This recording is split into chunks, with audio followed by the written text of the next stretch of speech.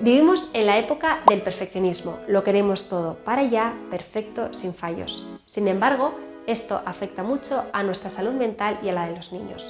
Soy Belén de Toro y te voy a dar una serie de pautas para que puedas trabajar el perfeccionismo y evitar educar en estos principios a tus hijos.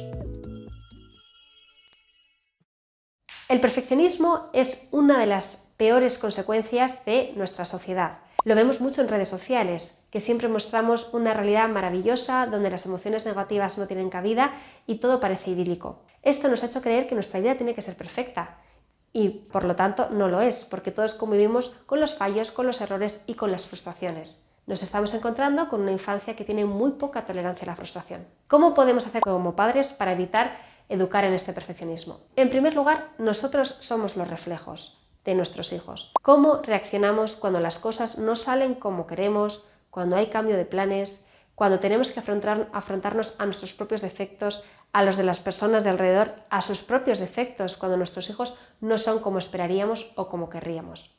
Eso es en primer lugar, ver la imperfección como la parte natural de la vida. Para poder enseñárselo a nuestros hijos, lo primero que les vamos a enseñar es cómo afrontar el error cuando algo es imperfecto. Afrontar el error también es llenarnos de responsabilidad. Cuando nos equivocamos no debemos machacarnos porque ahí llega la culpa, sino tenemos que responsabilizarnos. Y aquí entra la creatividad. ¿Cómo voy a poder reparar el error que yo he cometido? Cuando el niño vivencia que el error es parte de la vida, que es algo cotidiano, ordinario, por el que no le vamos a machacar, incluso al revés, le vamos a ponderar a que lleve a cabo un aprendizaje y resuelva ese problema, va a poder convivir con el error de una manera mucho más amistosa, porque no se le va a regañar. Vamos a poner un ejemplo.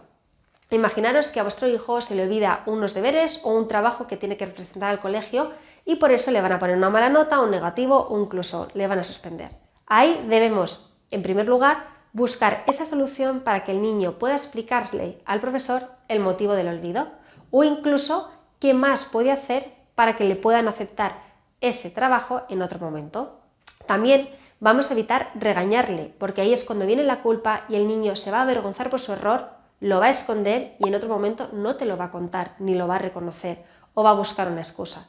Por lo tanto, ponderamos que lo reconozca, vamos a pedir que repare el error y ya con la vista puesta a largo plazo, cómo va a poder evitar cometer ese error en el futuro. Pero sobre todo, responsabilizando y no encubriéndole, intentando nosotros hablar con el profesor, que acepte el trabajo, intentando resolver su problema, porque si no tampoco le ayudamos a responsabilizar y a asumirlo.